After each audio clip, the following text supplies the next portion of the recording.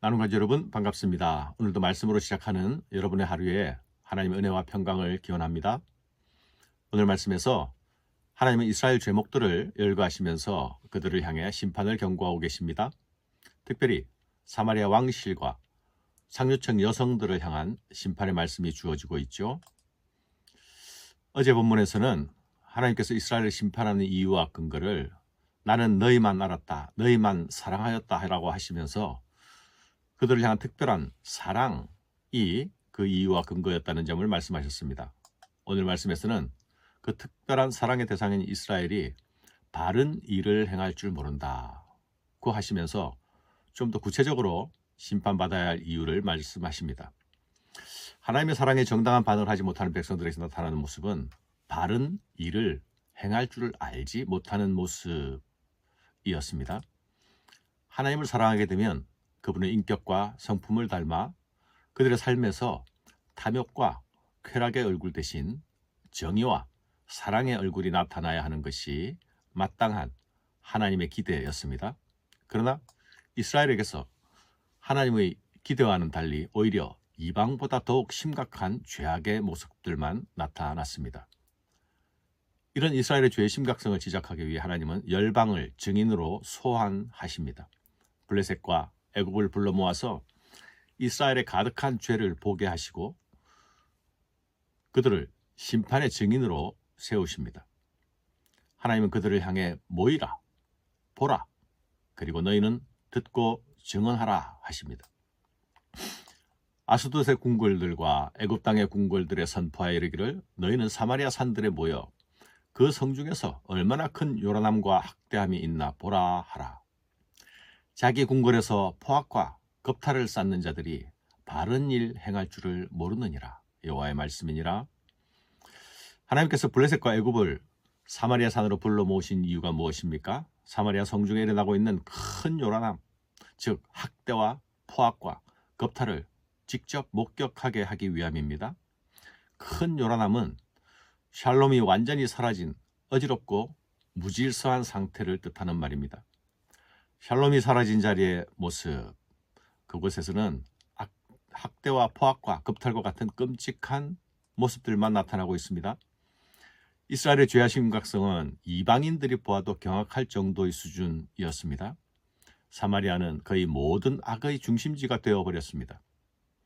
이스라엘이 그 땅으로 들어올 때는 하나님께서 그 땅에 관영했던 죄악을 심판하시면서 이스라엘 백성들에게 그 땅에서 새로운 삶을, 새로운 사회를 건설할 기회를 주셨습니다. 그러나 이제 그 땅은 하나님이 기대하시던 헤세드와 샬롬의 땅이 아니라 이방인들도 기겁할 죄악의 땅이 되어버렸습니다. 이런 사마리아를 향해서 하나님은 이방을 증인들로 세우고 심판을 선포하십니다. 그러므로 주 여호와께서 이같이 말씀하시되 이 땅 사면에 대적이 있어 내 힘을 쇠하게 하며 네 궁궐을 약탈하리라. 여호와께서 이와 같이 말씀하시되 목자가 사자의 입에서 양의 두 다리나 귀조각을 건져낸 것 같이 사마리아에서 침상 모서리나 걸상의 방석에 앉은 이스라엘 자손도 건져냄을 입으리라. 곧 이스라엘에게 닥칠 외세의 진입은 이스라엘의 국력의 쇠약도 외교의 실패도 그 근본적인 원인이 아닙니다. 하나님께서 이스라엘을 심판하시기로 작정하신 것이 그 원인입니다. 악한 사마리아가 외적에 의해서 침탈을 당할 때에 그들을 손에서 구할 자가 없을 것이라 하십니다. 아모스는 목동 출신답게 이를 이렇게 표현합니다. 혹 목자가 사자의 입에서 잃어버린 양의 귀조각이나 다리를 건져낸다 할지라도 그것은 이미 양이 죽은 후의 일이 될 것이 아닙니까? 그것처럼 무의미한 행동이 될 것이다. 사마리아의 멸망도 사람이 손쓸 수 없는 일이 될 것이라 말씀하십니다. 주 여호와 만군의 하나님의 말씀이니라. 너희는 듣고 야곱의 족속에게 증언하라. 내가 이스라엘의 모든 죄를 보응하는 날에는 베델의 제단들을 벌하여 그 제단의 뿔들을 꺾어 땅에 떨어뜨리고 겨울궁과 여름궁을 치리니 상하궁들이 파괴되며 큰 궁들이 무너지리라. 여호와의 말씀이니라. 하나님의 심판의 날에 보응하실 그 보응의 대상이 두 부분으로 언급되고 있습니다. 첫째는 우상숭배의 중심지였던 베델의 제단입니다. 당시 베델은 제2의 중심지였죠. 부유층의 제사가 이루어지던 장소였습니다. 그 제단의 뿔들을 꺾어뜨려서 땅에 떨어뜨리겠다 하십니다. 두 번째는 그들이 가진 탐욕에 대한 심판입니다. 우상 숭배는 항상 탐욕으로 연결되죠. 왜냐하면 우상은 결국 자신들의 탐욕이 만들어낸 신이기 때문입니다.